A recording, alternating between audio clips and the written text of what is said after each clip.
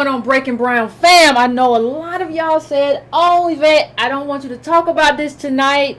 I don't think she deserves any more attention, but I think there are valuable lessons to be learned. So tonight, ladies and gentlemen, we're going to discuss Omarosa, and not just Omarosa, but the context of Omarosa, the crashing and the burning and the misunderstandings and what we don't understand about power and what makes power in the richest country in the world. There's some things that have to be discussed. So before we get to do any of that, please get your libations. If you have not already, please get your libations. Whatever you are sipping on this evening, please get it available for yourselves.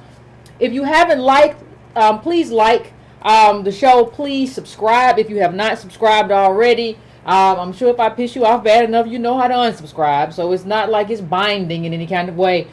Share this with your friends. Hit that bell if you have not hit that bell already, so that you'll be notified when I come online. Also, you can also subscribe to the newsletter. You can go to patreon.com/ycarnell.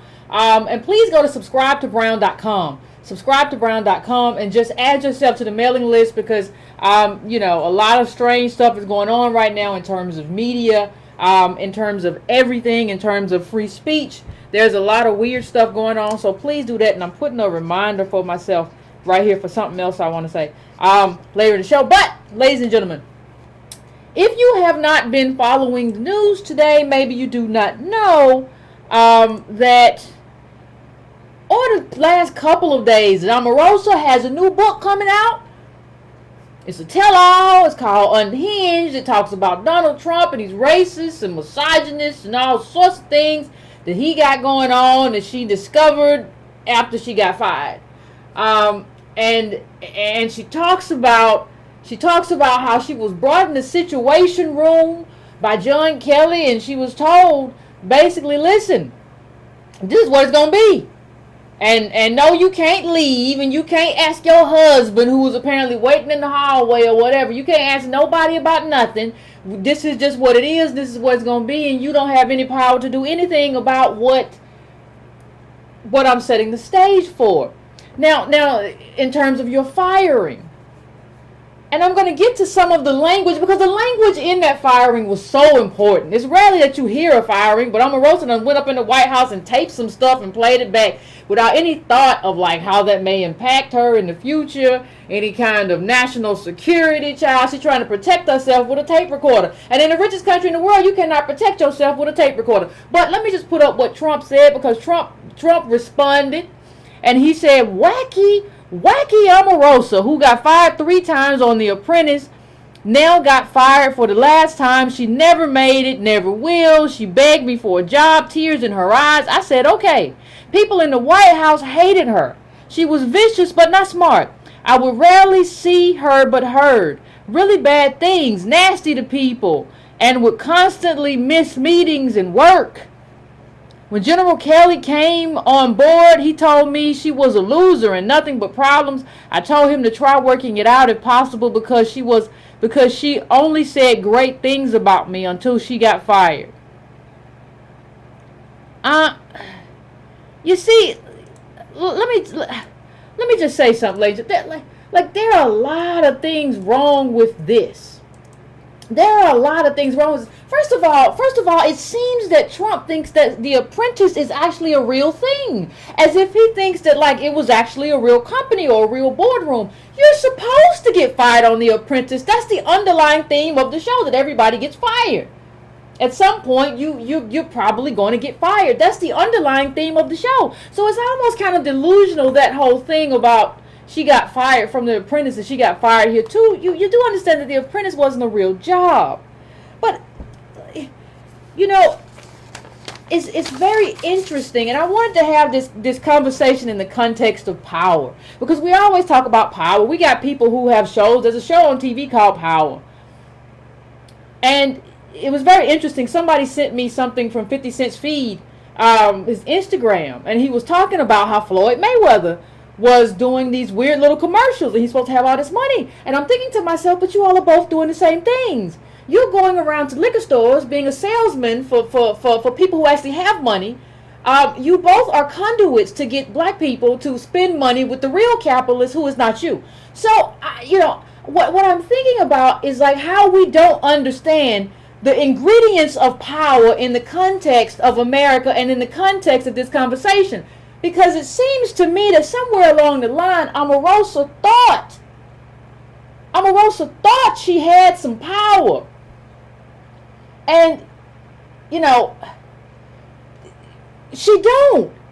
And she thinks that like, well, I had to go in there like I did with that tape recorder, because if you get a chance, listen to the Meet the Press. Listen to the Meet the Press episode from Sunday. And she says the tape recorder was to protect me. But in the richest country in the world, in the height of income inequality, a tape recorder cannot protect you. It can get you in a lot of trouble though. So let me just give you the context of that for me. When you listen to the recording that Omarosa shares of John Kelly says to her as he's firing her. Now she done been on The Apprentice. She done been on all these shows. She's famous. She done rode around with Donald Trump. And so you would think, well, that's Omarosa. She has some kind of negotiating power. She has some type of leverage. She's been with him. She's been on TV. She does all this stuff. She's a preacher or minister, whatever she's doing. She does a lot of stuff. John Kelly said to her, and these are his words. Let me read his words to Omarosa as he was firing her. He said, "This is a non-negotiable discussion. This is a non-negotiable discussion." That means, honey, you have no leverage. There's nothing you can do in this room. Omarosa said, well, can I talk to Trump? Is Trump around? Does he know about this? She said, listen, he said, I make the rules here. This is my White House. I am the chief of staff. Everybody answers to me. And I have decided that you're gone. And so what Omarosa got in that moment was a lesson in how power is wielded. I don't care what anybody told you about, well, you know how people always tell you as black people, they always tell us stupid stuff. Well, all you gotta do is just be their friend, and you hang around and you get to know them, and eventually what happens is that you become friends, and that you have a powerful friend, and having a powerful friend is gonna benefit you.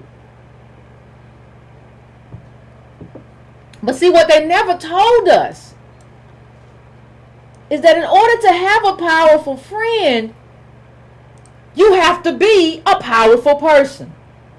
They never told us that there's a leveraging of relationships. So I need something from you. You need something from me.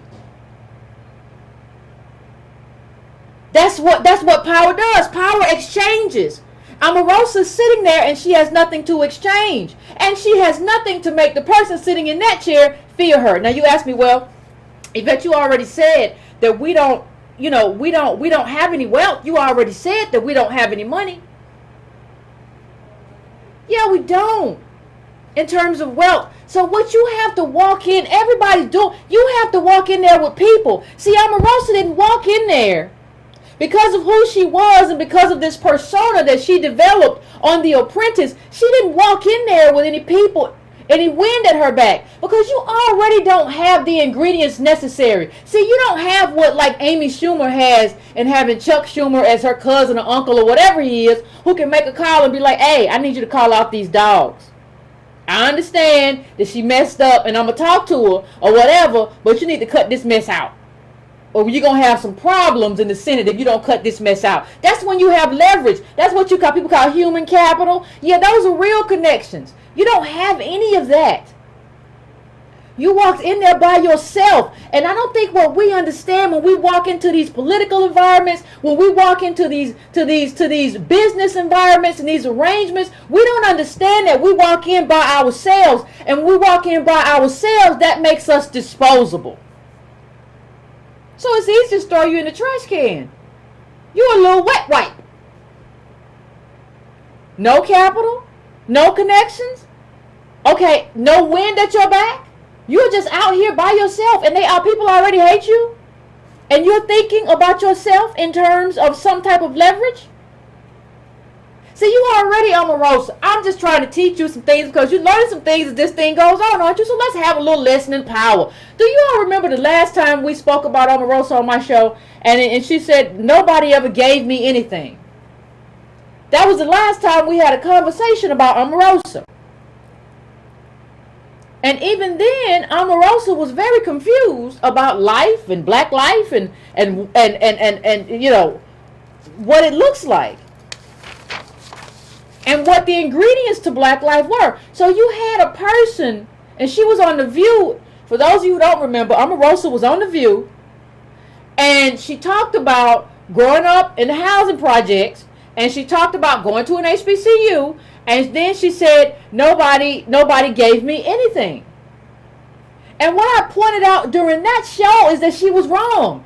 Government gave her everything. If you were living in subsidized housing, government gave you a place to stay. If you went to a HBCU like Howard, which I think she said during the show, what government did for you, Howard would not exist without government, without that federal money. Isn't that the reason you say you went to the White House anyway, to safeguard HBCUs? How do you not understand then that government did everything? See, so you already have some misunderstandings in terms of a few things that we just got to straighten out. That's what got you in quite a pickle, and you might be in even more of a pickle when they try to ensure that none of these conversations come out. Because you came in there misunderstanding. You thought you could see. Let me just say this. One of the things that we have done as black people, because we have, and I mean descendants of slaves, American black DOS, because of the situations that we have been in, regardless of whether it's with the housing authority or if it's with food stamps or whatever, or if it's even with this situation with Trump, we have learned to kind of finagle or try to finagle our way around it. Well, I tell you what I'm going to do. I'm going to go over here and apply here at this time and hopefully get it this time because I know that's when the openings come up and that's how I'm going to do it. Well, I know that I don't have the whole light bill, but I got part of the light bill. And if you talk to Sarah at the third window from the left, she'll let you put part on it till Friday. Well, if they lie on me, I'm gonna get this tape and I'm gonna use this tape to show everybody there ain't nothing but liars. And I'm gonna use the tape. I'll show them all these little ways to kind of maneuver and finagle around the fact that we don't have any wealth. And what I'm telling you is that those days, in terms of the days when you could really do that, those days are over. Those days, like, we don't understand that those days are over. There is no, and capital is ruthless. Not to say that capital has not always been ruthless, but it's more ruthless now because it has more power. This is the height of income inequality. And we don't have exposure, so we don't understand that you don't get to fail and succeed like it's 1970. No, they just destroy you. That's what happens now. You fail and you lose, and it's over in the calcified America. And what made you think, Omarosa, that you had the skill? I heard what you said on the interview. You said, the chief of staff told me that he runs the White House. Have you ever heard of such a thing? Yes, Omarosa, I have. That's what the chief of staff does do. The chief of staff does run personnel in the White House. That's what they do. How did that surprise you? Did you think Donald Trump was going to walk into the room and save you? That's why even when you talk to him after the fact, what did he tell you? He said, I delegated. That's what they do. They use up people and throw them away. Like, how did you not think that was going to be your lot in life too? I don't understand. I just don't understand how we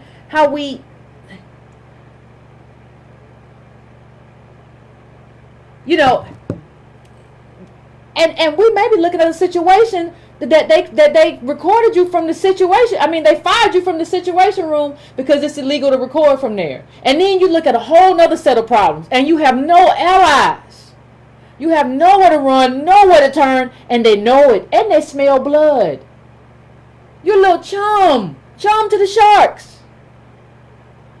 And that's what you got yourself into. See, when you don't have wealth, you can't walk into the halls of power without wind at your back. And the wind at your back has to be other black DOS people. It has to be native black. It has to be American DOS people who are going to come to the White House and have some problems if they don't treat you right. Have some problems if you don't get the agenda that you want. You have to have that. You have to have some leverage. And in a highly calcified society, the only leverage you have is people. So it does not benefit you, Omarosa, to try to be a carbon copy of Donald Trump. See, government gave you just enough to stay alive, Omarosa. Government gave you just enough to put a roof over your head. Government gave you just enough food stamps to eat. Government gave you just enough to go to school. And you know what you did? You tried to be a carbon copy of capital. You tried to go in there and be Donald Trump and be as divisive as Donald Trump and be all of that without understanding that the ingredient necessary for that is wealth. So now you're in quite a pickle. They done used you up. That's a misunderstanding of power. That is not how a black person should be in the White House. You must come in. Like, you got to come in like Dr. King. Like, listen, I got a bunch of black people on the street. Now, what they going to do on that street is going to be up to me. And I can get them off the street. I can go there and I can calm down the rioting. But that depends on what we negotiate in this room. So you want to have that conversation? That's how you got to come in that room. If you don't come in that room with that wind on your back, they're going to spit you out and then they're going to eat you up and then spit out the bones. That's going to be how it is. You have to come in that room with that power. If you don't, well, I just know what's waiting for you.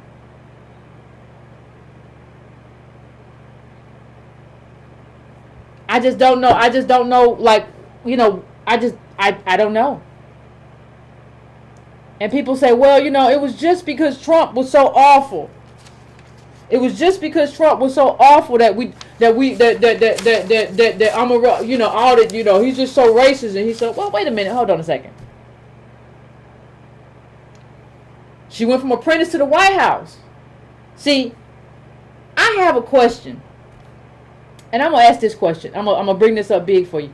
Tell me, what's the biggest difference between Omarosa and this woman? Don't worry, I'll wait. What is the difference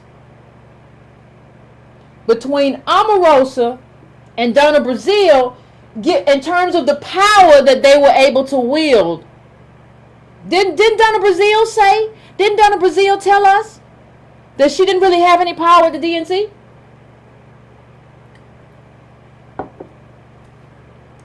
So if you're going into these places and you don't have any power, they don't allow you to have any power, they use you as a token and they take your power away, my question then becomes, what are you doing there? I don't understand why you're there. But see, because you have to understand, like, this is a real problem. Remember the whole thing about the whole thing in the book? That she was getting blamed because they had somebody, the DNC was paying somebody to play Donald Duck and go out to the rallies and the Trump rallies, and they was like, why you got Donald Duck coming out here? And Donna Brazile was like, I don't know nothing about that duck. I don't know nothing about a duck. I ain't got no duck going nowhere. And they was like, yes, it's a duck coming out. It's a duck coming to these rallies, and it's a problem. And then she gets a call from Disney. Now, Disney owns like ABC or whatever, and they pay her too. And they're like, you got to get this duck out of here. And she's like, what duck? And then they figure out she is paying the duck, but she didn't even know anything about the duck. She's running the DNC. The DNC is paying a duck to go around to the Trump rally, talking about he's ducking his taxes, and she don't even know anything about the duck. So she could be liable. The DNC could be sued about this duck or drop her as a commentator from a news station, and she don't know nothing about the duck. See, they put you in these positions where you're gonna be the fall person because they know you don't have any power. So let me put a black person, let me put a DOS person in here. They don't have no money. They don't have no power. So let me put them in here, right? I'm gonna put them in this position. Let me put them in this position, and then just like if they fail, they just fail. If they fall, they just fall. And not only if they fall, I'm gonna position you to fall. I'm gonna position you to fail. Not only position you to fail, that doesn't even go far enough. I'm going to set you up. I'm going to tell you to do something that's wrong or illegal, and you're going to fail. So what do you mean? Well, there was a point in the interviews that I watched from Omarosa in the last couple of days where she said, well, Trump would come and they said, well, you've been accused, you have been accused of giving Trump copies. You've been accused of giving Trump copies of things like stuff about Joe Scarborough, MSNBC, stuff that he shouldn't have or he shouldn't be reading. And he was using you to circumvent the chief of staff. What do you have to say about that? And Omarosa said something that was very important. She said, when the president calls, you come. When the president calls, you come. Well, that is true. But see, you're put in a position, what you're really saying is that you're in a position where you can't say no. You're in a position where you can't say, listen, I'm a career politician. I have these people. I have this money. Listen, I'm not doing that. And you don't want to mess this up with me. Not only that, even if you're a career politician, you walk away, you know that you're anchored in politics and the political establishment. And when Trump is over with, somebody will find a job for you. Not only that, you might be able to go over to the Senate and find a job. You might be able to go over to the House and find a job. You might be able to lobby because you're already connected in that environment. And people know, well, Trump just messed around. You have none of that. So you have no choice to do whatever he asks you to do. And what he asks you to do is always going to be the worst stuff. And what he asks you to do is going to be stuff that can get you in trouble. And what he asks you to do is stuff that can and will ruin your reputation and make you look like a fool. That's what happens when you have no power. That's what happens when you have no wealth, no social capital. You're not connected in any kind of way. You are there to be disposable. And that's exactly what happened. You can't be out here. You can't be out here trying to be ruthless, trying to play power games with no wealth.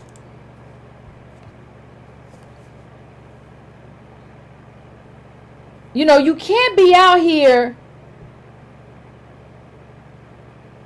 doing that. And if you're with a person like Trump, like if you're with a president like Trump, you can't afford that price, given who Trump is and given Trump's history with race and everything else. You need the ability, you need agency. You need to be able to make a choice. You need to be able to walk away.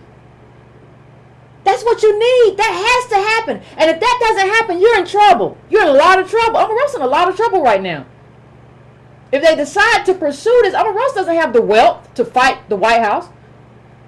She doesn't have the wealth if they come at her and say, you were a security breach. She doesn't have the wealth. She doesn't have the power. She doesn't even have the goodwill in the black community for DOS, for American DOS attorneys to be like, I'm gonna take the case just off GP, just off she good people. You're just out here by yourself, just swinging.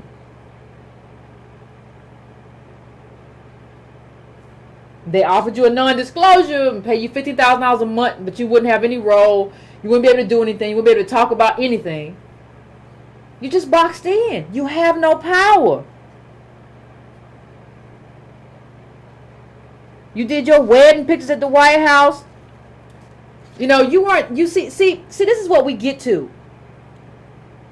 This was never about you individually. See, this is the problem when you try to be.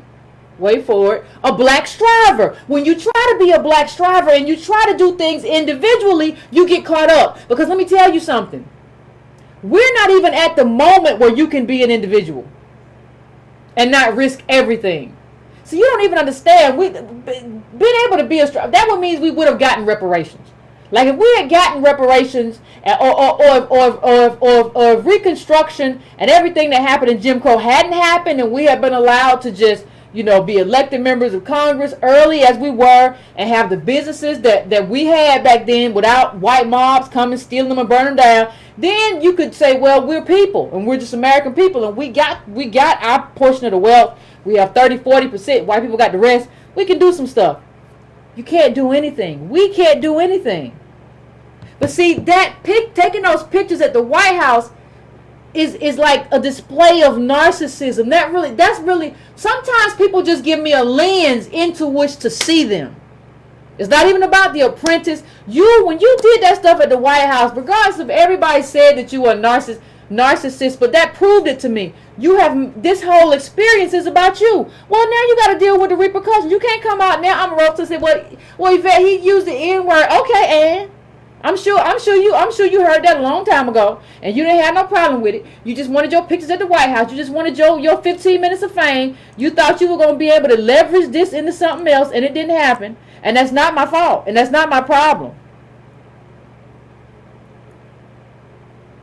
You know, one of the things that has to happen too, and I'm going to say this, one of the things that has to happen is that everybody who made money off of Omarosa and Trump needs to be accountable.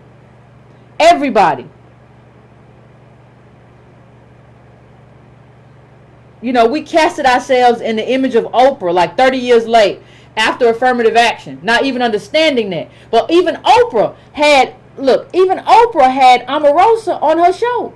Like all of y'all need to be held accountable. Because this isn't just a Trump Omarosa thing. Everybody was making money off these people. The media was making money off Trump during the primary, but not the general. But during the primary, every time he was doing that birtherism stuff and all that other stuff, everybody was covering it. You could have shut it out and been like, you know what? We've decided that Obama was born here. You know, we have the evidence. We don't have to cover Trump. But it was good for ratings, and that's capital. That's capitalism. And y'all did it. But y'all ain't getting held accountable for it. Nobody's holding Oprah accountable for having Omarosa on the show to talk about the N word. Nobody's doing any of that. And I'm telling you that that's a problem. There's so many problems in terms of this whole Omarosa thing and Trump and how we misunderstand power and what we and we don't. It's like we run around here wanting to bake a power cake and not understand that the main ingredient is wealth. It's like I want to bake a cake, and I'm like, okay, I see you got some eggs here. I see you got some butter. We finna get down. Where your flour? Oh, I ain't got no flour, but I believe that I can. I believe I can do that cake without flour. I got an idea. You gonna do dirt, cornmeal? What's your idea? Well, Yvette, you just being negative. No, I just know how to bake a cake. You out here lasagna, no cheese, Kool-Aid, no sugar, coffee, no coffee bean, tea, no tea bag. How? You got to understand the ingredients to a thing. There's no other way to do it. You know, and this should kind of be a flashpoint. That we out here like we thinking we flying. If you don't understand, I'm flying. No, you got like you not flying. You flying on the wings of affirmative action. What that means is that the wings aren't yours and you about to crash. You just don't know it yet. And when I yell up to you, hey chicken, you about to hit the ground. You say, no, you don't understand. I'm an eagle. I can fly. And I'm like, no chickens fly like that. Chickens just fly for a little while until somebody throw them or shoot them out of a cannon. No chicken flying. I know chickens don't fly like that. No, I bet you don't understand. Okay. You be Popeye soon. That's fine. Keep not understanding. See, what I'm trying to tell you is that you're going to go splat if you don't understand the ingredients to power. And not having collectivism and being out here and thinking that we the same as white people and I can go in here with a recorder. See, a recorder isn't your affirmative action or your reparations either. A recorder is not the thing that's going to give you power to be like, oh my God, I'm just going to show y'all what he did and how awful he was. Now you want us, when we talk, we love to talk about solutions. People are like, well, Yvette, what are the solutions? What could Omarosa have done? Let me tell you what. Let me tell you one thing first. When Trump got elected, I said there's nothing wrong with going to the White House and meeting with him. You want to meet with somebody early. You want to feel them out, and you want to see if they can be influenced. You want to do that early. I don't think we understand timing, though. There's no need to ever meet him now. For what? He's already shown us his tax plan. He's already shown us what he believes. He's already shown us Charlottesville. He's already shown us all of that stuff. There's no need to do it now. So you have to understand, what we have to begin to understand is timing. And see, what we have to understand is that when you ask me what Omarosa could have done, you have to understand that you have to understand when to come to the table and when to walk away. You have to understand when to come to a room and when to say it's time to walk away from the room. So when John Kelly, Chief of Staff of Donald Trump, made all those false remarks about Representative Frederica Wilson, that was the time. That was one of the times that Omarosa could have walked and she would have redeemed herself in the black community.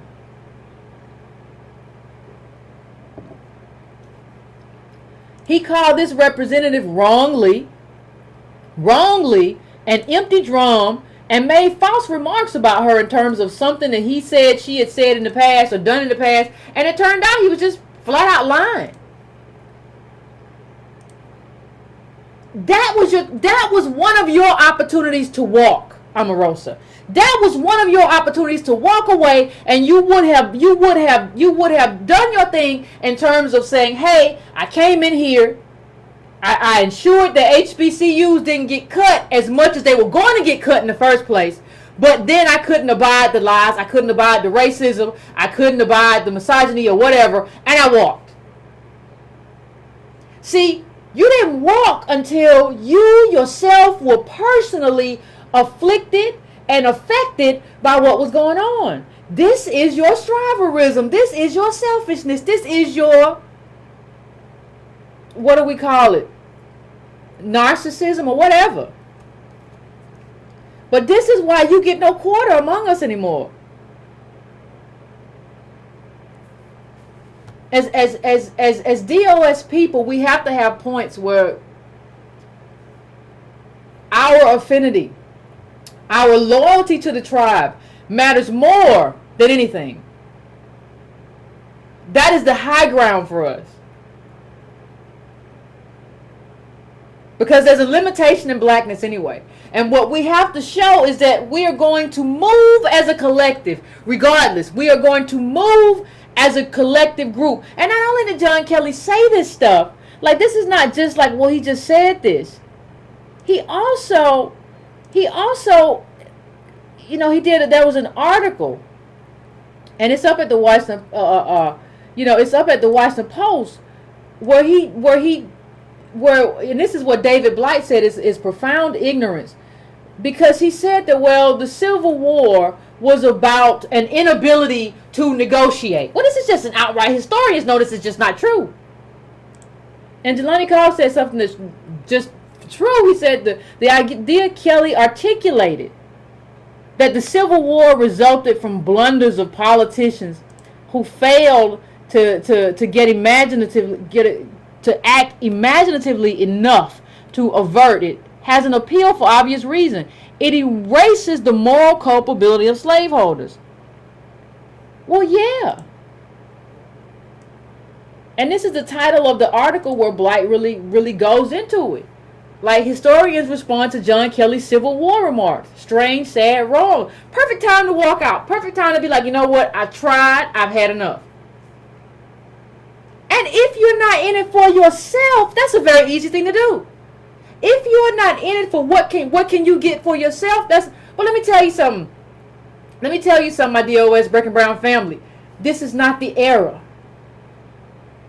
I don't know if we'll have that era. I don't know how we have that era, and if we have it 200 years, 300 years. This is not the era, though. You have not arrived. You say that when you've arrived.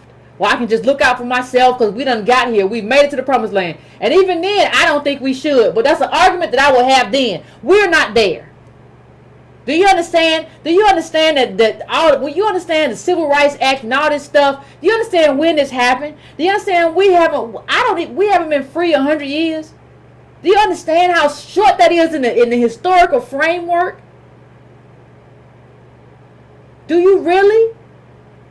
And you out here saying, well, I can go do this by myself and make this happen for me. No, you're just going to make a mess. And you're going to end up in a real bad predicament. And nobody's going to help you. Because you ain't been helping nobody. And you haven't been doing nearly enough. These things that were said about, he said something like General E. Lee was just doing what he did for the sake of country. What was his name? General Lee. Yeah, General Lee. And this is the same general that, like, when he whipped his slaves, he put salt in, like, the whip. And whipped them with that because it would make it burn more. But he was an honorable man, according to General Kelly. This is a racist person. He's a person who makes stuff up. It just is what it is. There's no getting around it. I was seeing somewhere that Omarosa's worth is like $3.5 million. Based on what? Like, we gotta stop doing that. I see people do it all the time. I looked up so and so's worth, and they worth $15 million. That's like people approximating all kind of weird values. Now, I want to know how much you have liquid.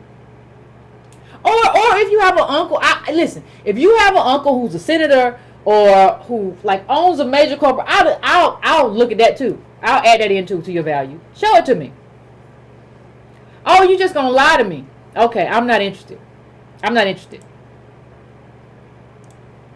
And we really don't. We really at this space where we really don't understand the consequence, and we really don't understand like the ignorance. Like we refute. Like we don't even understand the ignorance of General Kelly, who apparently comes from. If you're not following on Twitter, if you're not following Kevin Cruz, do yourself a favor and do that. But he said someone should tell John Kelly how his Irish ancestors were once seen. See, this is how the Irish got to be made white. They used to not be seen that way. They used to be seen as something less than other white people.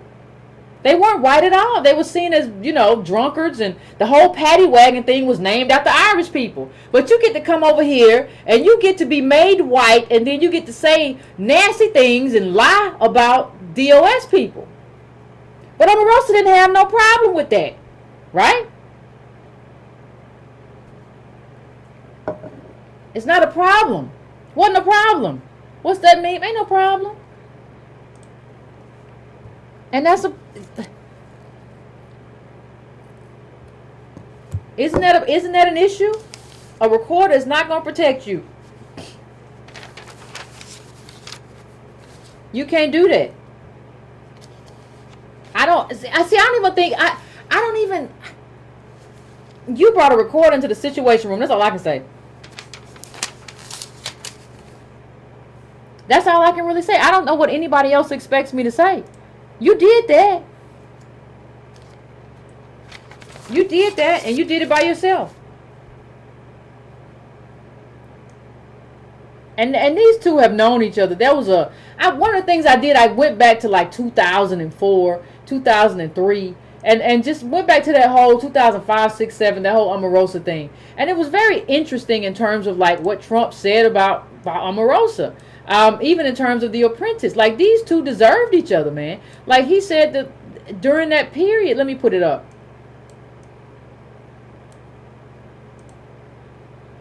Omarosa lied to you. Now this is something that he said in that article that I just put up. Omarosa lied to you, Trump said during the live portion of the program. This is Apprentice.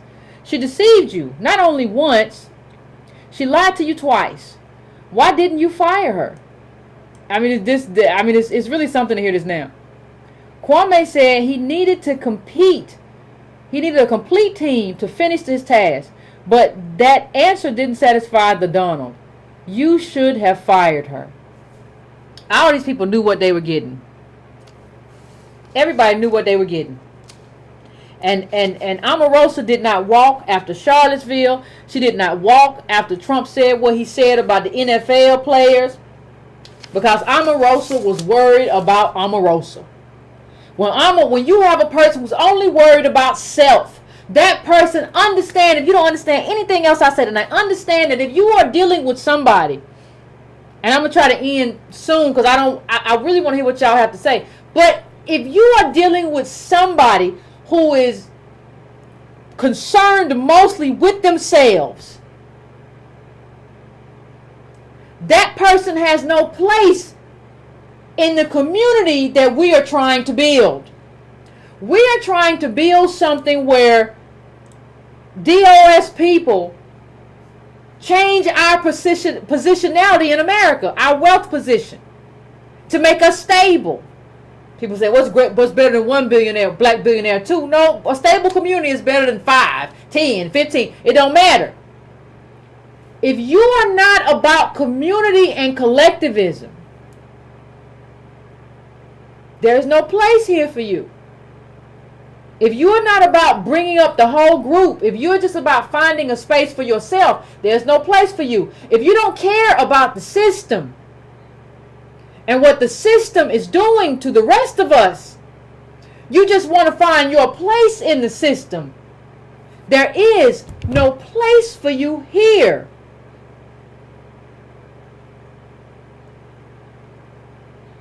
There is no place for you. I was watching, I put up on my Facebook earlier today, the woman, what's her name? Bozum something. She's a Ghanaian. She was at Uber. And now she's helping Papa John, after the N word, rebrand their image.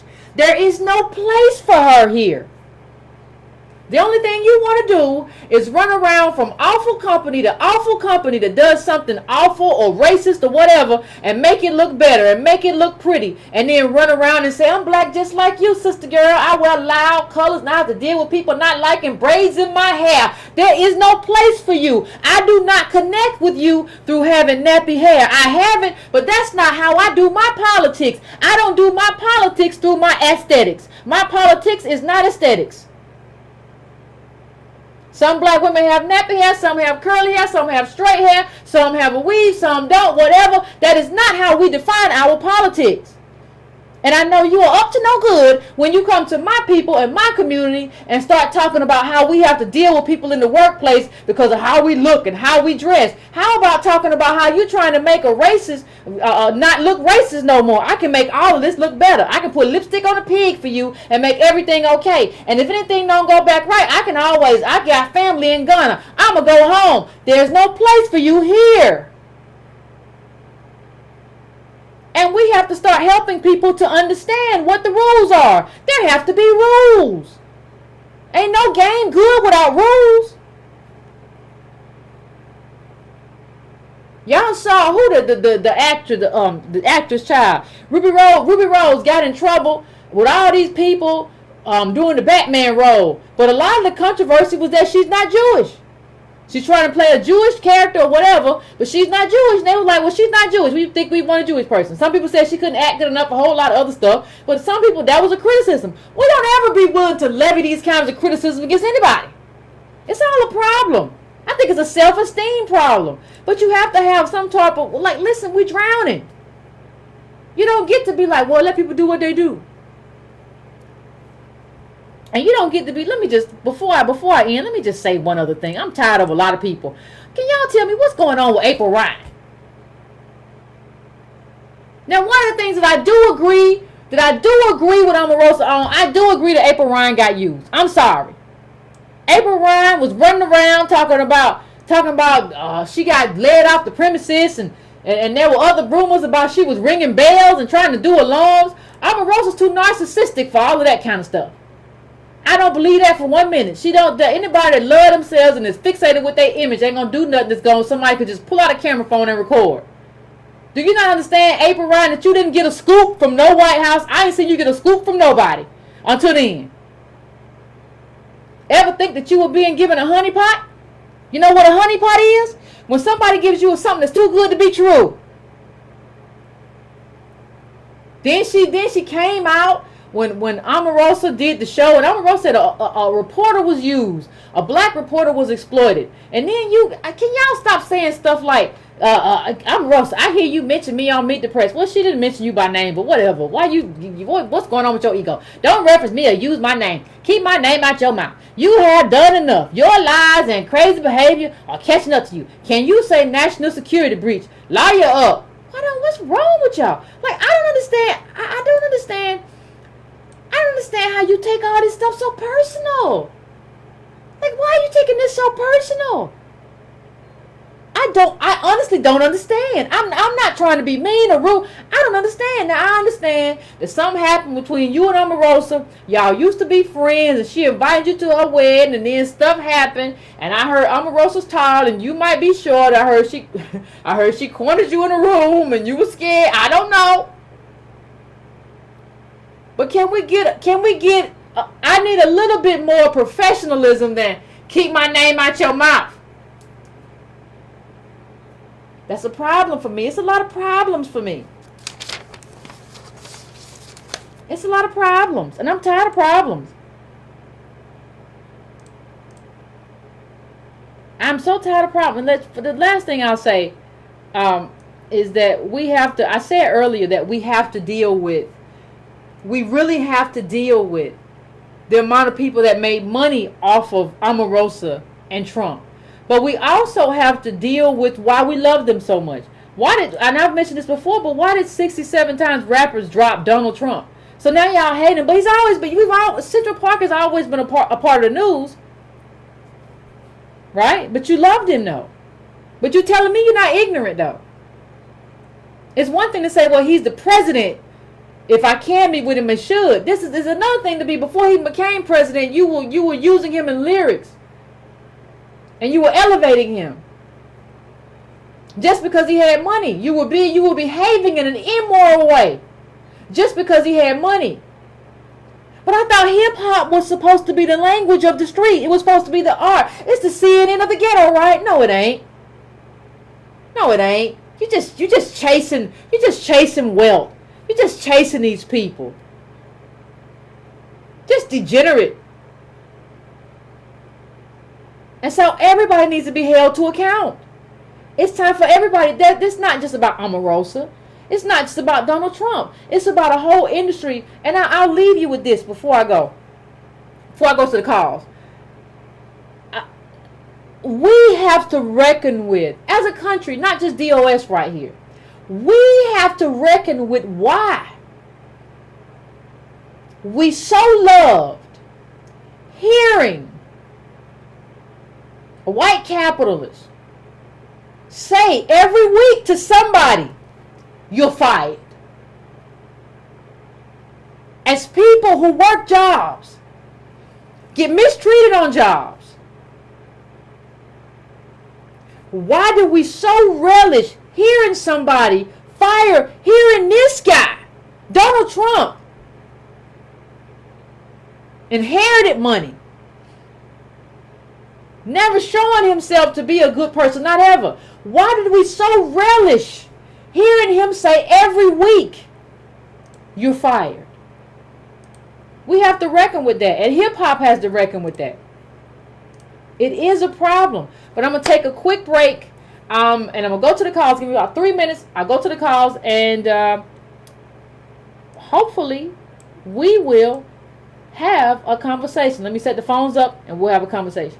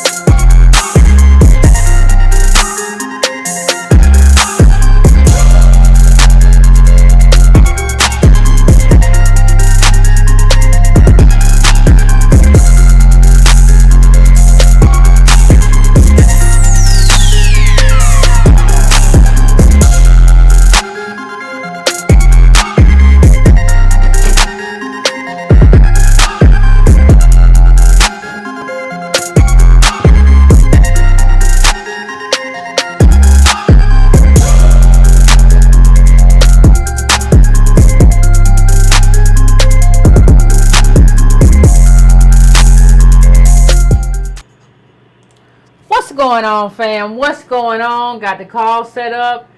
I got the call set up. I am going to 818. I am coming to you first.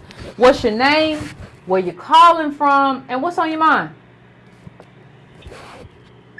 What's on my mind? How you doing for the yellow child? This yellow child is doing all right. Guess who this is? Who's this? Guess who this is? No.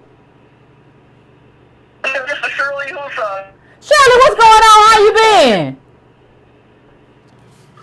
You hanging in there? I sure appreciate everything that you've been saying. Everything that you've been saying. Girl, Omarosa is a hot mess. She's like two tamales that should have been thrown down a long time ago. For those who don't know me, my name is Shirley Hussar, H-U-S-A-R. I was the delegate for Donald Trump, President Trump, in 2016. I also was a surrogate for the president for the state of California. Me and Yvette have known each other a long time. Yvette, you remember back in 2016, I presented Omarosa a list, and I told you I put your name on that list. I remember. On the ground. You said it on the show. I put a list together. I met with her. I went up that little gold elevator. There's noted in the LA Times, and it's also a video out there. I think LA, it says live satellite channel on YouTube. They videotaped us going up that elevator, and she made this promise that she's going to do something for the black people, the children of the indigenous slave tribe. Yeah, sure, the black people. None of that was true because, as you know, after we met, Trump got into office. She gave the Congressional Black Caucus that seat, and she gave the ACLU and the Urban League that seat. And then after they met with him and presented a portfolio called "We Have a Lot to Lose," that's what the ACLU and the Urban League and all that and the Congressional Black Caucus presented to the president. And even Roland Martin interviewed all these black people who said, he wants to meet with us once a quarter. We don't know if we can meet with him. Look at that video. I did that Omarosa buffoonery on YouTube. They said, we don't know if we can, we have that time to work with him. And then when Trump says, okay, we're into the second quarter, what do you have for me? They send a letter saying, we do not want to work with the President of the United States. They just said, I remember that. I remember that. So these people don't want to help us. That's what people don't get.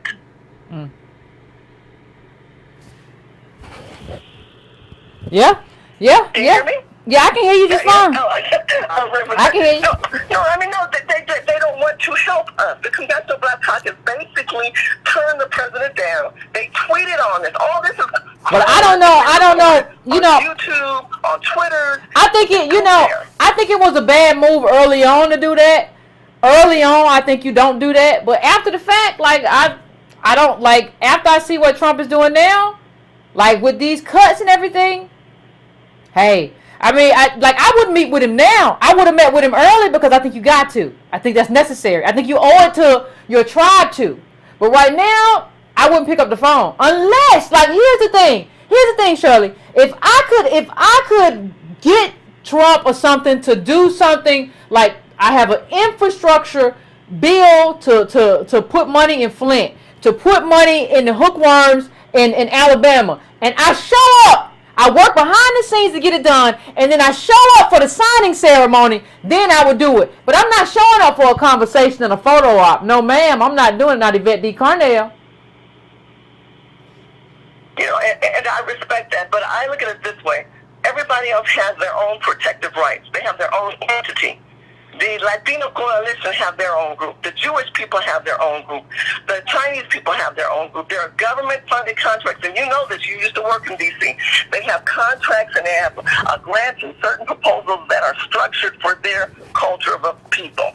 When it comes to the black people, we're not a sole proprietorship. We're not by ourselves. Like that's how we should be looked upon. Because the Congressional Black Caucus is the ones that are funded.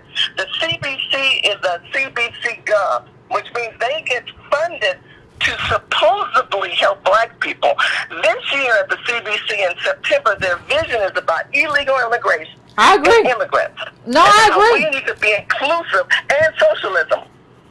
I ain't got no problem with that part. But I understand. I'm trying to get through the culture, but I understand what you're saying. I think this is what I think. I don't think black people have a home politically. And I think what we have to do, since we don't have a home politically, we have to have an agenda politically.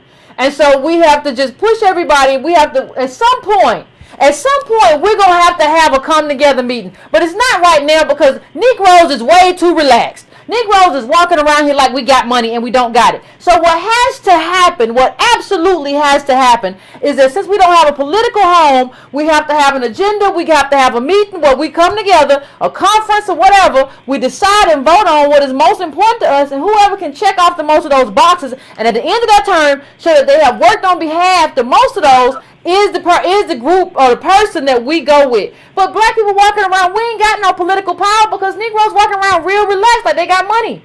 They think, they can't count. So I can't do anything until then. I'm not arguing with you. No, I'm not saying you are. I'm not saying you are. So I'm not disagreeing with it, but let me just say this, and I will get off because I know this call is trying to come in. At this time in history, we have a capitalist administration. I agree. Or disagree, don't like how capitalist is, how people are able to leverage from their inheritance or leverage from a connection. We are still African American people who are here, who have been here for 400 years. 1619 will mark 400 years of black people who came. 20 blacks came here. As you already know, I'm preaching to the choir. 20 black people came here and landed in Virginia by the Dutch warmen. And 400 years will be celebrated. So urban game changers, we're trying to do that. We want to create legislation in conjunction to celebrate the 4 years. But we believe as African Americans, how I look at it, there's an accountability that this administration and there's accountability that we need to hold to say, you know what, my people have been here 400 years. I agree. And all these other people keep wanting what they want. We should say we need to have them, but we need to come together, meet. No, I agree. No, on that, that is the problem before Trump. If you don't have the come together meeting, we ain't gonna make this happen. On that, Shirley, we can definitely agree. I'll let you go on that because you and I are in total agreement on that. We have to have a coming together meeting, and there got to be some coming together before we had a meeting. These, all these other ethnicities don't have the history that we have in this country. And we have a unique history and a unique justice claim. So even with that, we can't talk about all of these people as being equally. Like the Latinos are here and the LGBT here. No, we have a very unique history and a very unique justice claim that's only ours. And so on that, I'll agree. Somebody on the thing said, was Yvette pro-Trump? Before now, I was never pro-Trump. But people called me pro-Trump because I said, as a poor person, we got to meet with power when he got in. When he got in is very different from now. And when you meet with somebody, you have to come with your list, though. You have to come with what your community needs. And you have to come to try to, not only just what they need, you have to come and try to influence somebody. How convincing can you be in 15 or 20 minutes? And you have to be convincing enough to where when the next person comes in the room and tries to unconvince them, they're like, no, Yvette was right. I think Yvette was right. You should talk to her. You have to be that. And even if you can't, even if you do it and it don't work, you shoot your shot. Now, I think it's too late now to shoot your shot because he already did the tax bill and all this stuff that's going to be detrimental to us, and it's just showing it he doesn't seem to care. But when somebody comes into power, I think you owe it to your community to try to influence that person. I was never pro-Trump, but I will always, if power calls, I won't do what Omarosa did and be like, I do it. No, I'm not doing that. But I'll come in there and try to show you as best I can what you can do from your perch that is good for my people. I will always do that, regardless of who is in power. I will come with charts and graphs and all kinds of little stuff and show you what you can do. Even if you want to talk pro-business, I'll come there and say, well, you know what you can do. Bush only gave 3% of SBA loans to blacks, and Obama gave 1%. You could up that to 14%, and that's our share of the population, and really, really, really get people excited, and really, really, really give us a foothold. You could really do that. You could audit some banks, and really, really, really, maybe you'd get a few more black voters, whatever. I would give you tangible things to do. Whether you do them or not, I can't do it, but I would try to be a convincing person, and I would try to be a go-to person for you in terms of understanding what the label of blackness, what being relegated to the bottom has meant for us. I would try to be that person. That's what I can do. So you know, I don't make any apologies for that. But I made a video at one point saying that, like, black people had two bad choices. I didn't say they were equally bad, but I said Hillary Clinton was a bad choice. You know, we have open borders and all kind of other stuff, and then Trump was a bad choice, and like we were in a pickle. That's the video I made before the election, so it is what it is. I'm going to 954 right now. 954. I'm coming to you. What's your name? Where you calling from? What's on your mind? Hello, Yvette. This is your friend Burrell from Florida. What's going I on? just want to. I'm doing fine. I was actually very excited listening to you tonight at least, on this subject of power. Okay. I just want to say that the Omarosas of the world and the Donna Brazils of the world, there are many of them out there, and they're fooling themselves. A lot of Negroes getting in positions of titles and big salaries and running organizations, and they believe they have power. But if they really think about it, you just hit it right on the nail. That nobody gives you power. No.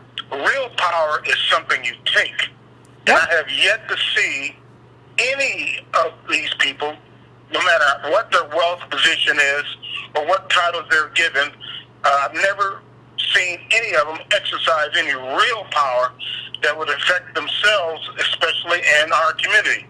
So my hope is that as time goes by, and if Omarosa isn't indicted on some federal security laws for keeping conversations, that black people don't become weak and start to rally around her, because a person like her will use race and play the victim and say, oh my God, they're just beating up a poor black woman.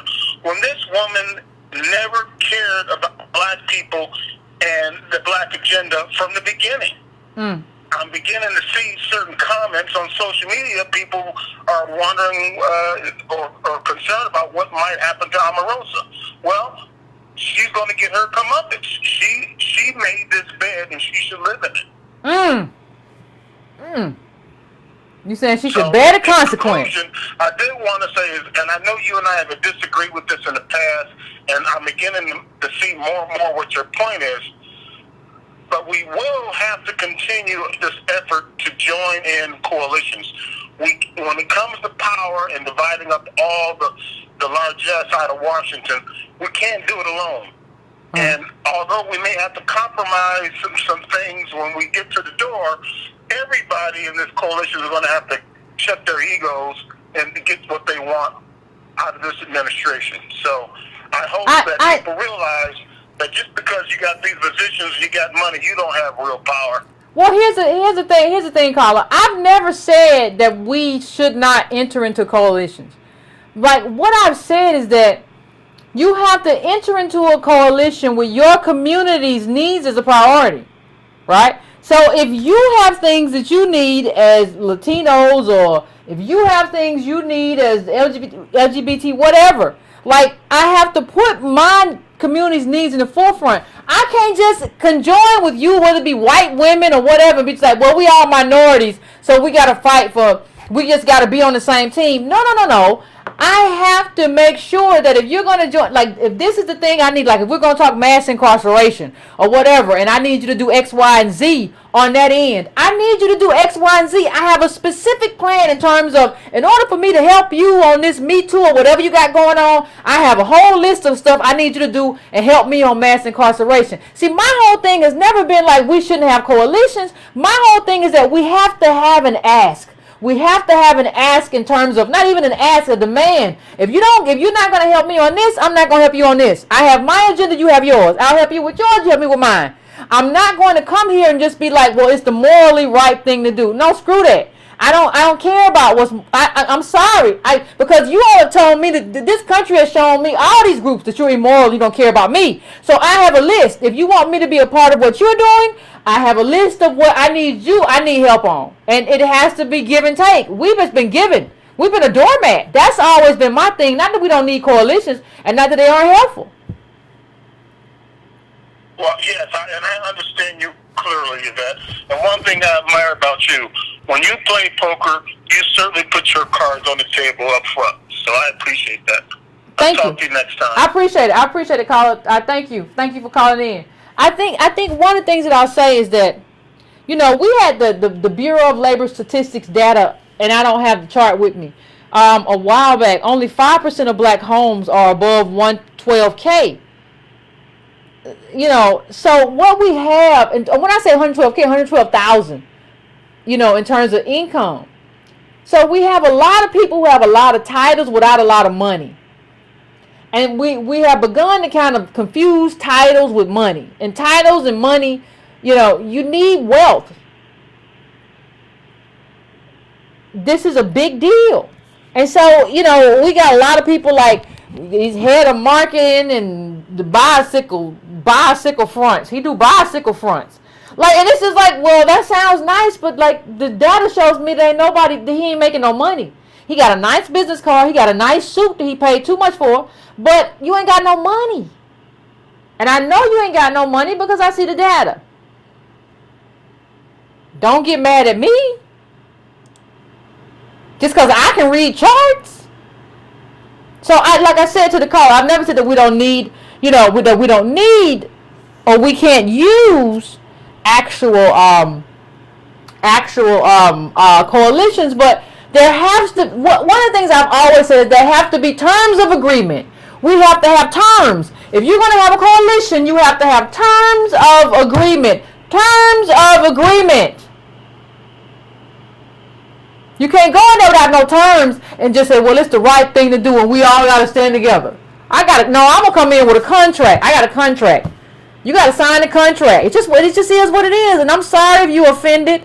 Really, I'm not sorry. Really, I don't care because I know you don't care. So I don't care either. But I have terms. And if you don't sign on to the terms, then I just got to walk away. It's nothing personal. It's just business. So I'm going to 615. I'm coming to you. What's your name? Where you calling from? What's on your mind? Hi, Yvette. What's going on? I've been a long-term listener. Okay.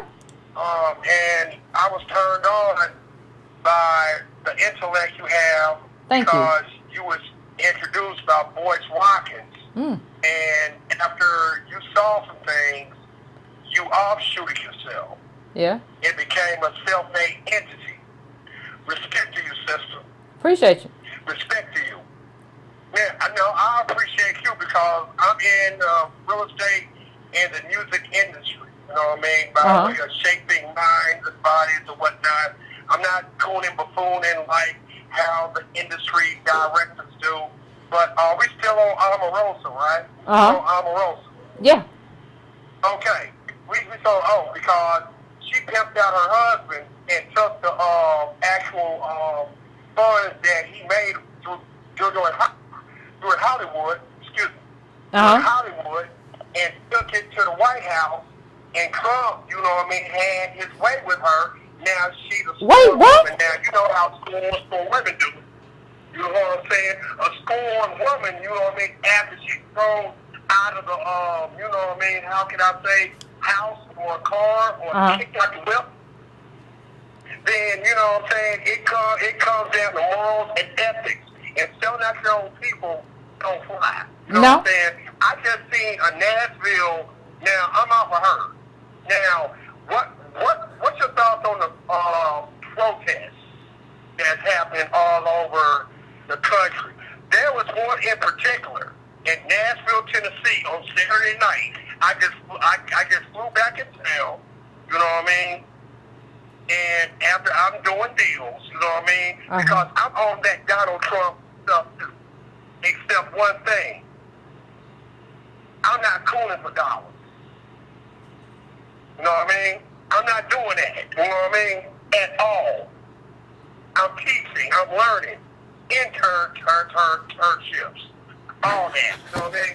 So there was a Nashville, Tennessee, downtown at the Gulf, where the elitists, the white folks, you know what I mean, do their bidding and having all these cools down there, you know what I mean, on some zombie 28 days later stuff.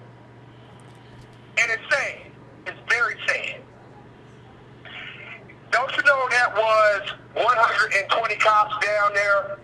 waiting for a DUI trap. Mm-hmm. A DUI trap. Mm-hmm. Because the media down here is doing narratives. There's 3 narratives on Channel 5, Channel 4, Channel 2, local news, and CNN, and Fox. All of them didn't make sense. We got to wake up, people. All right, caller. We really do.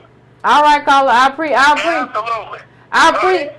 Listen, I appreciate you calling in, you know what I mean? And I appreciate you pointing our attention out to what's going on with them DUI chicks, you know what I mean? And I appreciate everything you bring to the channel when you be calling in, you know what I mean? Whew, Lord have mercy.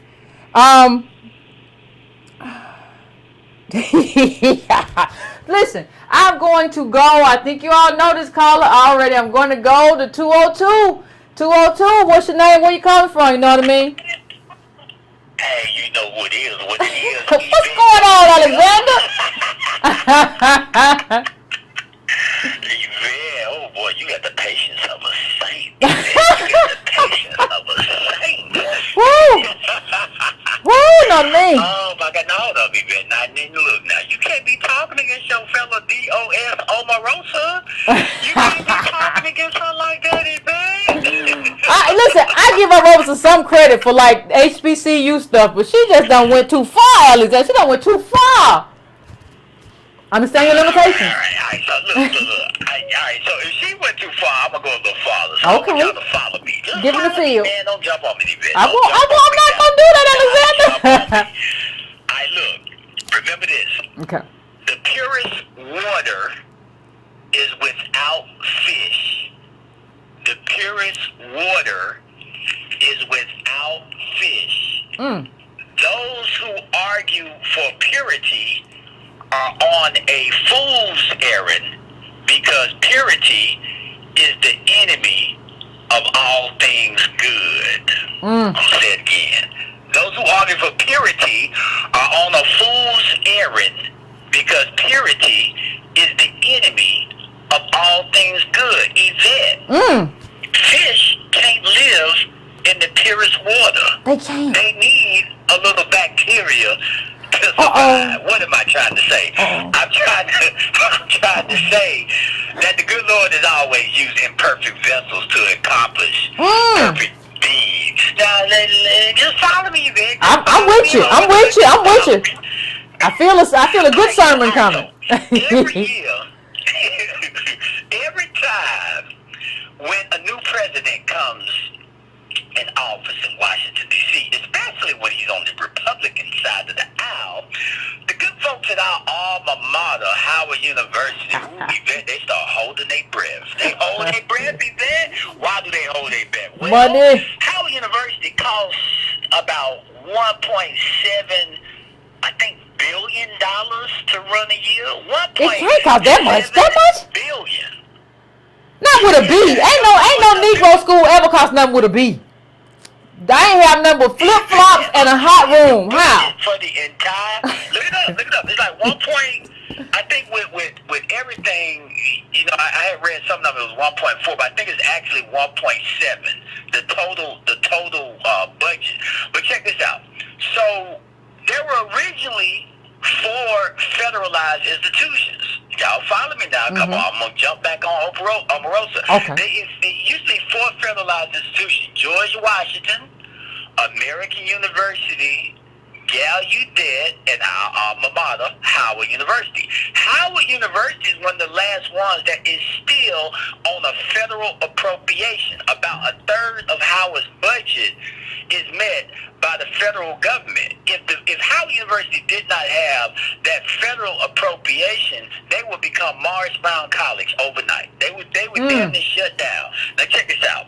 Nancy DeVoe, Yvette, you know, just like in 1996 when Patrick Swigert became president of Howard. I was there when he became president.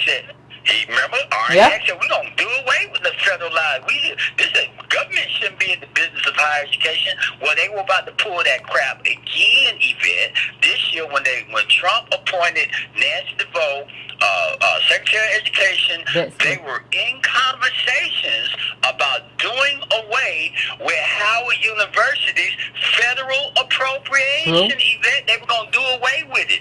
And it was going to get real bad for Howard, But Yvette, there was somebody in the room who said, hold up, this can't go down. Was it our girl? Yvette, She my girl. Yvette, what's her name? Her name is Omarosa.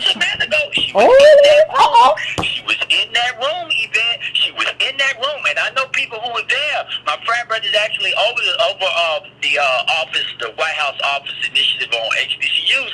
It was Omarosa who said, no, we cannot take this federal appropriation from Howard University. Howard University serves an important function in America, and not only that, Mr. President, if you do away with Howard University's appropriation, should it close and you be the president that the HBCU, our most famous HBCU, close on, you will reinforce the narrative that people are saying about you as having the support of the alt-right and going against black people. And it was that conversation, Yvette, that stopped the federal appropriation being snatched from Howard University. Now, remember, I started this conversation, Yvette. I started this conversation by saying purity is the enemy of all things good. You ain't no did. pure vessels, Yvette. Ain't nothing pure out here. Booker T. Washington, as imperfect as he was, and people hated him, he left us a university, Yvette. He left us a university. That's true. That's true. Our few universities that are actually run by black people. So I just wanted to let me before you go, Alexander. Let me ask you a question. How much does it mean though that she saved Howard, right? So she saved Howard while she was at the White House, right? So if that's true, she saved Howard at the White House. But now, how do we even know that Trump might not take retribution at the fact that now you gone, and not only are you gone, you didn't go quietly. That you out in front dogging him. You know, these people are awful. Hey, Yvette, you're right. I'm not arguing. Let me be very clear for this, for people who are listening. I am not arguing that everything that you said is true. Everything you said about Omarosa, look, Omarosa is like, I look at Omarosa like a stripper. Like, does any stripper really want to be a stripper, Yvette? I don't think no so. woman signs up for that shit. You know, people wind up doing things that they really don't like doing. And I think Omarosa made a turn long time ago and decided to stay on that road. I'm just saying, in that one incident, Omarosa Manigault said today. Now, the thing is, and I'll leave you with this. Some years ago, I was an administrator on the university, at a university, and I will not name that university. I will try my best to keep the people confidential. But I worked under a person who was he was the highest ranking black man in this particular state in higher education. Now, everybody and their mama considered him Uncle Tom. Everybody, even me, man, when I first went to work for him, I thought him and his wife was Mr. and Mrs. Clarence Thomas. I really did believe that. And so until one day, we had our own rental car company. This is how big the university was. We had our own rental car company on the campus. And every year, the Office of Minority Student Affairs, which is like the black group on campus, they would have the highest number of wrecked cars. And so one day, I saw him cutting a check from his discretionary funds to cover those wrecked cars because he knew if the president became aware of it, they were going to be in trouble. And I said, why are you doing that? He said, you think I don't know what those Negroes say about me? I've been covering their behinds for years. Now, Yvette, to drive this point home, I wound up getting stopped by the police and roughed up by the police on that campus. And as a result, I won't go through the whole story, but it was a horrible event. Me and another African-American student there got roughed up by the police, by the university police, and he called me into the next office. He said, all right, what you want to do? Because our office oversight that. I said, I want to fire them all. Let's fire all of them. I want all these cops going. He said, oh, yeah? I said, yeah. He pushed a red folder across the desk, Yvette. I said, what is this? He said, open it up. In this folder was this proposal that was being voted on at the Board of Trustees meeting that Thursday, where they were going to increase minority faculty by 35% and minority students by 30%. He had been working on this deal for the previous 15 years. And I said, why are you showing me this? I don't give a damn about this. I still want to fire him. He said, because this is the game we play. Welcome to my world. Now, Yvette, this man had been playing this game for years. Everybody thought he was an Uncle Tom. Everybody thought he was an Uncle Tom.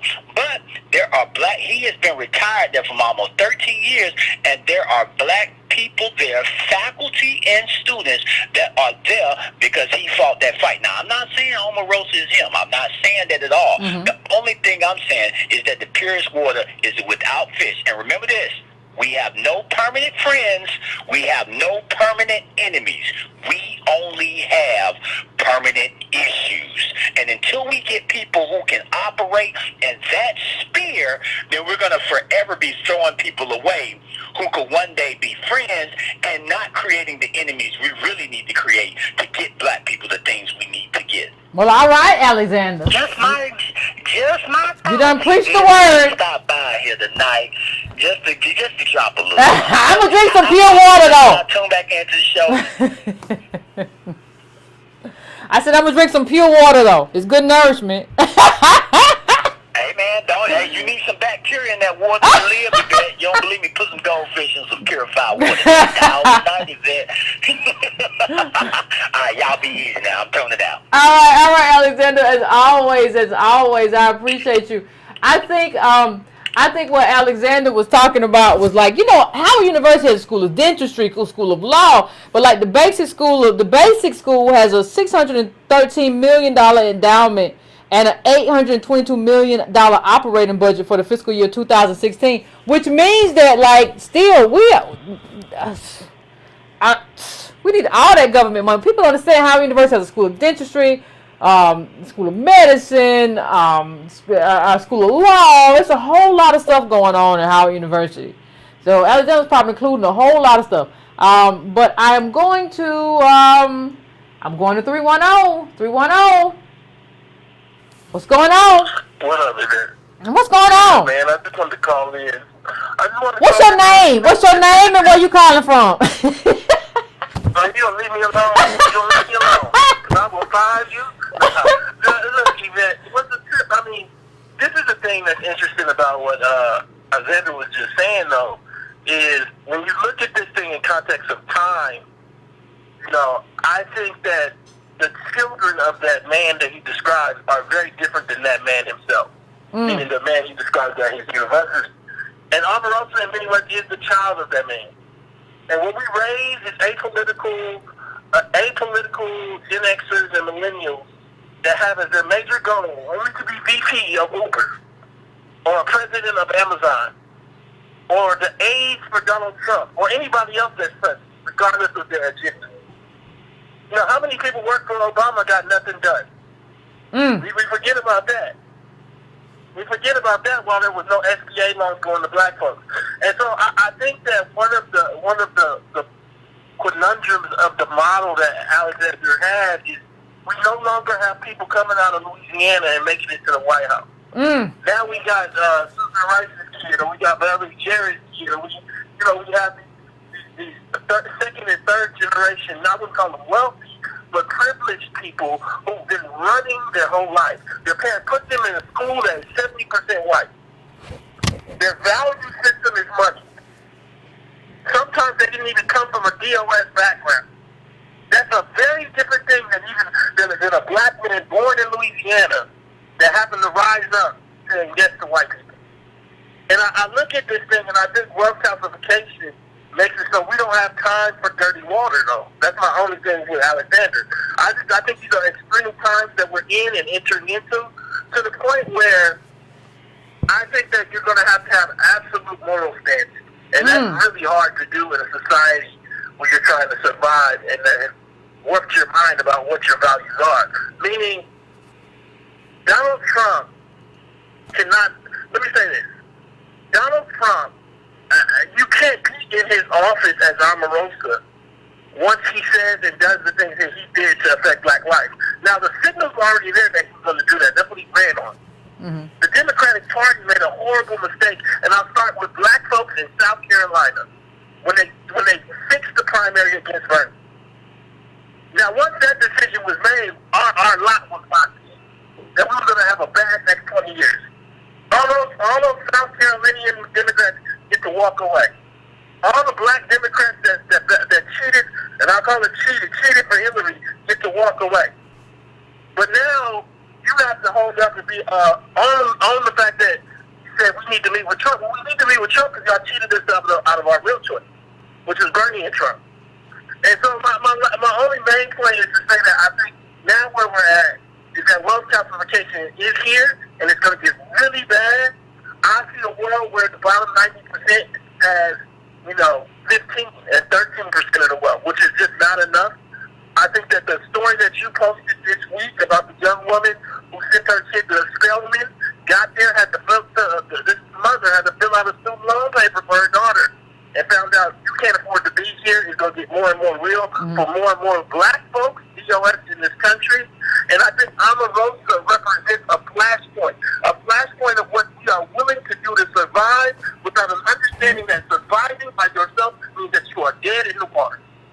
So being dead in contaminated water is the same as being alone. That's all I say. Ooh. All right. Appreciate you, Tom. Thanks for calling in. Oh. All right, everybody. Oh, we better look alive out here. We better look alive. Look nimble. Be on your toes. Don't let them get you flat-footed. I love it when my people have disagreements. I love it. People are like, Yvette don't like disagreement. Yes, I do. I'm fine with it. I'm going to 423. 423, what's your name? Where you calling from? What's on your mind? Hey, what's going on, Yvette? I'm calling from Tennessee. No, man. What's going on?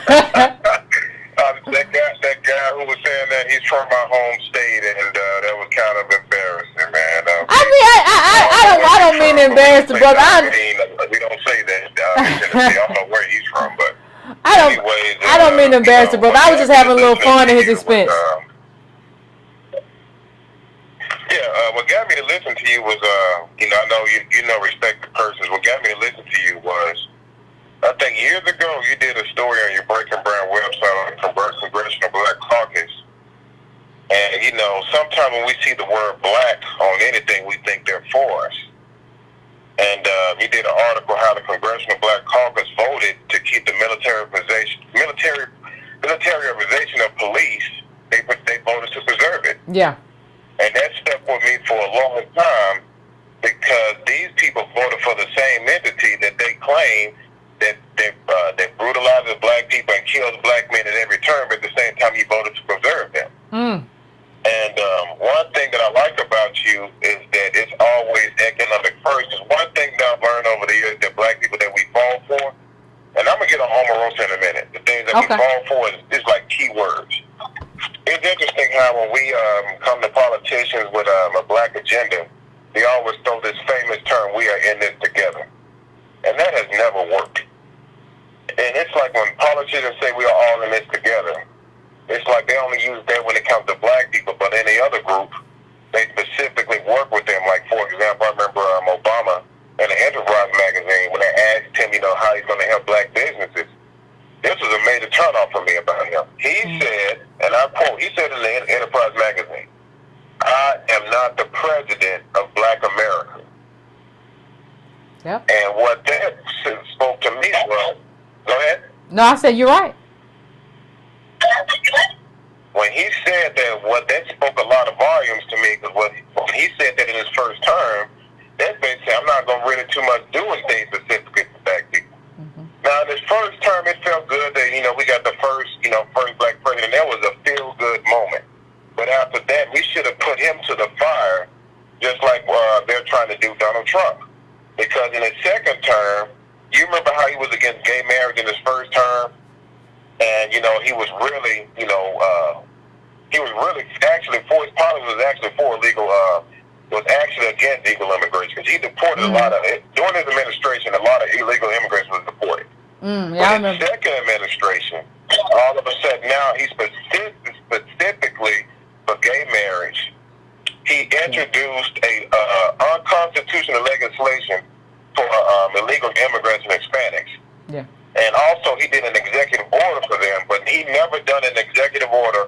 never done specifically anything for black people. And once again, black people, we always say we're in this together. But it's like, as you always said, we have to make sure we take care of our home first before anyone else.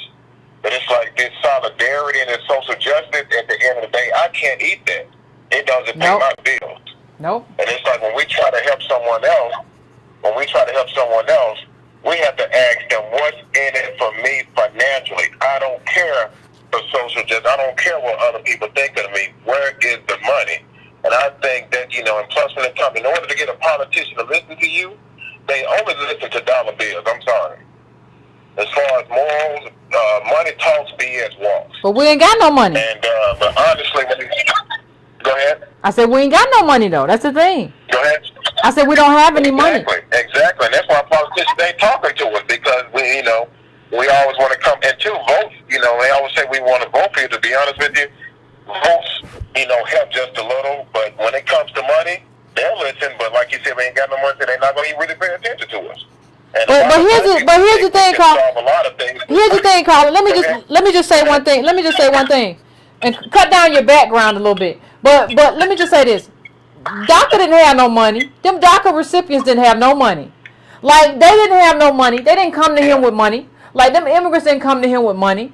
You know what I mean? They didn't, and he did that without Congress, and they didn't have no big contributions, but they made a whole lot of noise. And let me tell you something. I remember watching Luis Gutierrez on TV, and he was on TV. I was watching TV, and he came on TV. And it was a time close to Barack Obama's re-election. And I remember him saying, he said, listen, if Obama doesn't do this for my people, I don't know if I can tell my people to vote to re-elect him. That's what he said, and he was intentional. What he was saying was, listen, we're not coming out, Obama, if you don't get these policies right for my people. See, I don't think it's just money. I think you can organize your way out of a lot of stuff.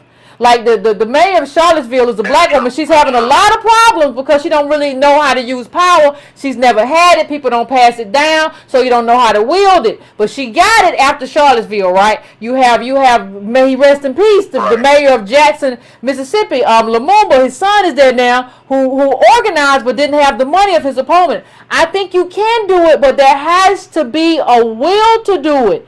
And we have to be willing to hold people accountable. You're not going to get elected next time, and I don't care what happened afterwards. You're just not going to get elected. How that feel? You feel all right?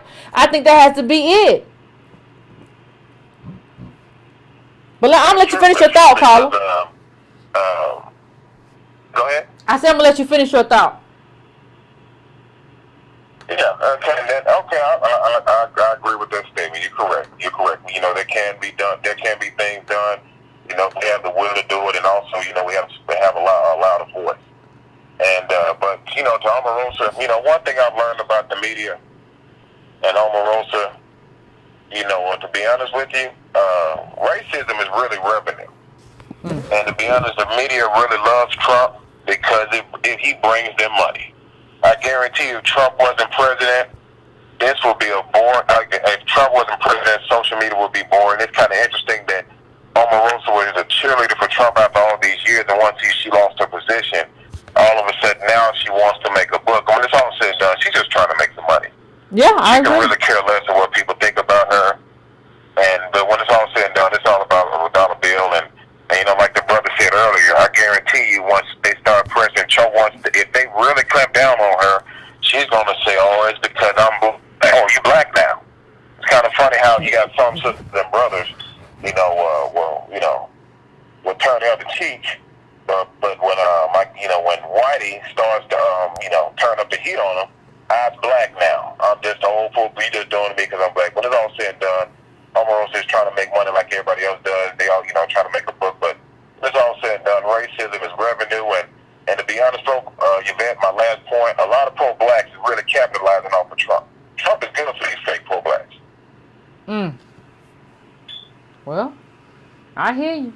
I appreciate you. That's interesting. Thank you, Carl. I appreciate you calling in. Thank you, Carl. I appreciate you. I'm gonna try to go to the next call. I'm coming to 424. 424. What's your name? Where you calling from? And what's on your mind? 424. Hello, Yvette. Hello, Yvette. How are you? I'm pretty good. How are you? I'm well, thank you. This is Aaron calling from California, and I just want to echo a point that you just made that I think is so critical as DOS Black American citizens. We don't have a political party that advocates for our interests. I think that we have these placeholder positions that are constantly rotating with politicians who are out to get the most that they can and use their skin complexion to use it as a pull into these political parties to get whatever power or monetary gain that they can get in that moment. To tie it back into Omarosa, I think she's going to be fine. You know, granted, she's a capitalist. She has minimal capital, but she is a survivor. If you really look at her resume, what on her resume states that she should have been in the White House in the first place? Nothing. She's a business person, whatever that is. She's a reality TV personality, failed TV show talk host, another reality TV turned personality. Again, there's nothing on her resume that says, you know, she needed to be in the White House advocating for our interests. If anything, she's just a victim of this administration and the absolute lack of credibility and morals that we have seen represented time and time again. And the reason I think that she's going to be okay, if she actually has a tape of the 45th President of the United States, Donald J. Trump, with audio tape of him using the N-word, that's going to resonate for years. And even if she is placed into prison, that's going to be her party. That's going to be her get out of jail card. She's not stupid. She's a capitalist. She's a hustler. She's out for everything that she can get. She doesn't care about Black people. She doesn't care. She has that intercollective mindset. She only cares about her. And so I wish her well. She can go do whatever she can. But the rest of us have to think about ourselves and how we are going to survive the cuts and impacts that this policy, that the administration and this policy is going to have on us. Oh, I agree. Us, our children, that suffer these horrible ramifications. And that's all I wanted to say. Thank you so much for speaking with me. Thank you, caller. I appreciate it. Yeah, Rosa gonna be all right. We got our own business we're gonna have to handle. So I'm coming to you, 706. What's your name? Where you calling from? My name is Darius Lamb. I'm calling from North Carolina A&T University. What's going on, North Carolina A&T? What's up? Girl, when I hear about Omarosa, I hear two things. We the hoe, they the pimp. Omarosa is being hold out. That's what happens when you don't have no wealth. I mean, she was in the White House saying Trump wasn't a racist, Trump wasn't this, but as soon as the money done dried up, she said, my people. And my first reaction was, you don't get to come back here. You sold yourself out, and now that you ain't got no money, now that the money done dried up, then you want to come running back to us. Did you hear about the money primary in which Cory Booker, Kamala Harris, they were trying to get money from big mega donors? No.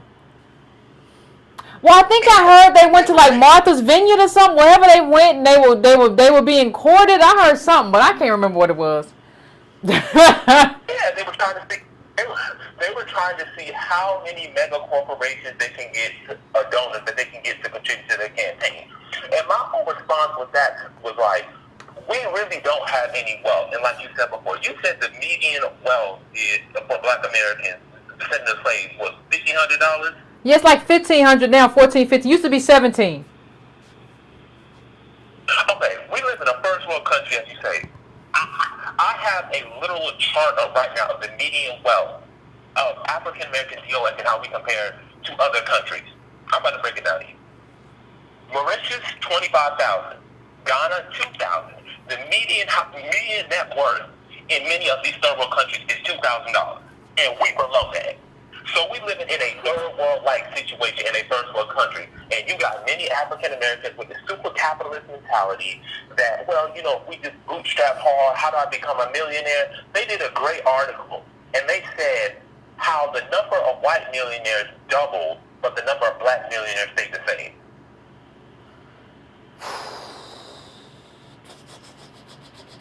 Third world life. I don't think we understand. I don't think we understand just how bad it is. No. I really think we don't understand. You don't have to say we don't. I don't think we really don't. No, you don't have to say we don't think.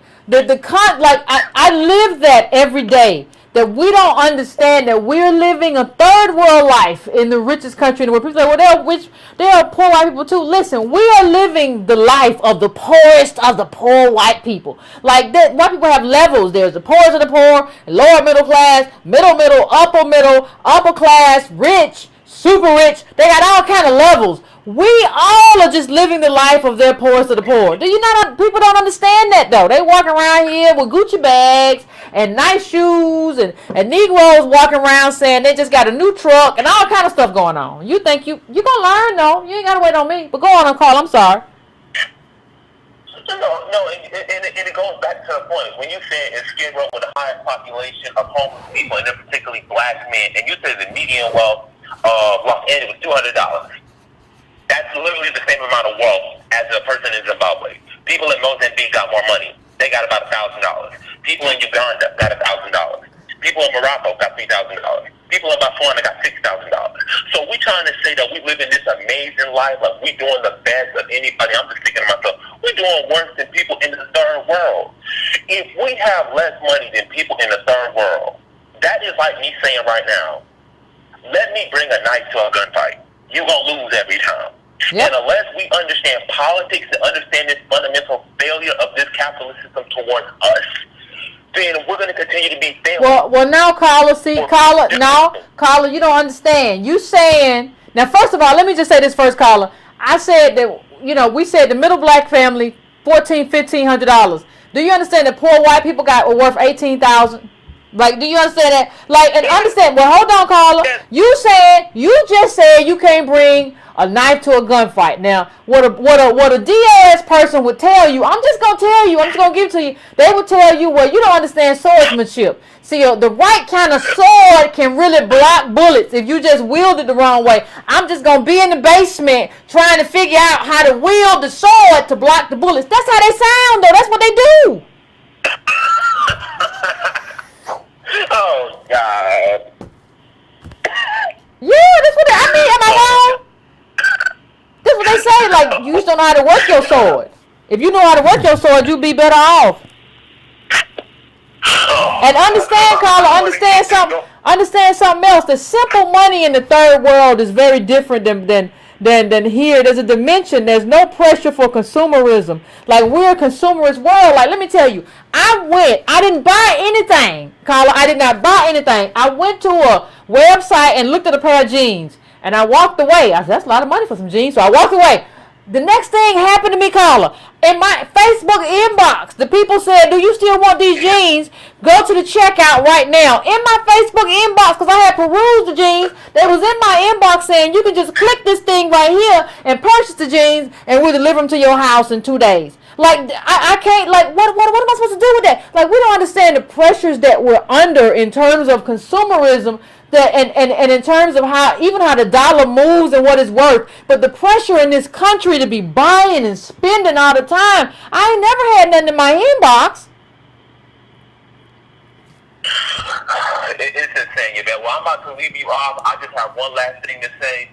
When I hear black people talking about, there is a solution to all of this, despite the fact that the top 1% own 40% and the top 20 own 80% of the wealth, you just need to start more businesses to create wealth. Now, they don't understand barriers to entry, market power, market price. They don't understand the sellers. They don't understand, are they a price taker? They don't understand the overall cost. They don't know none of that. They're just basically being hypothetical as if everybody's on an even playing field. Not understanding that's not how economics works. Yep. But, I'm 18. People ain't gonna take me. No, you ahead of your time, brother. Keep it going. You ahead of your time. I appreciate you.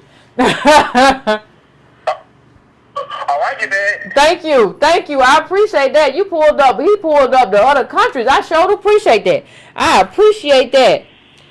That's why prices are high for college and homes. Like, it's not a third world country. So you're not going to the University of Iklakayo Wawa. You want to probably Georgetown. They're going to give you a $45,000, $60,000 tab. Because it's the richest country in the world. You're supposed to just have the money. But we got third world lives and third world money. That's just what it is.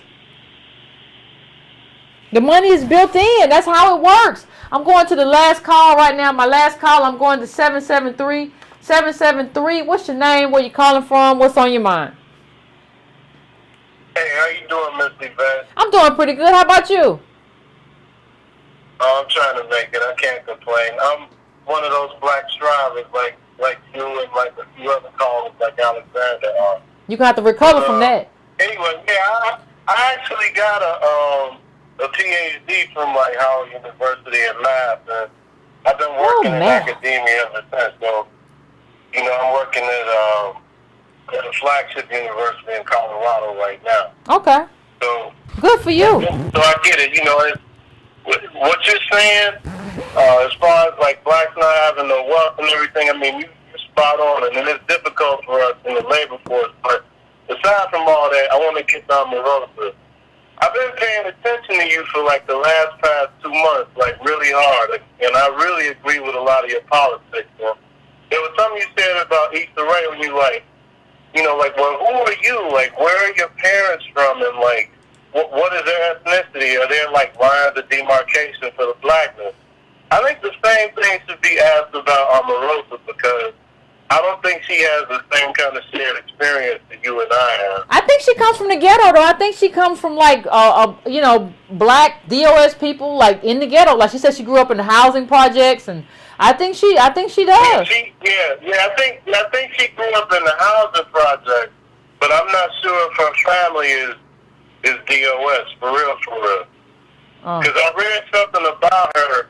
I think it was a while back. It's probably been scrubbed like by now. Yeah, everything is scrubbed. I'm not so sure that she has that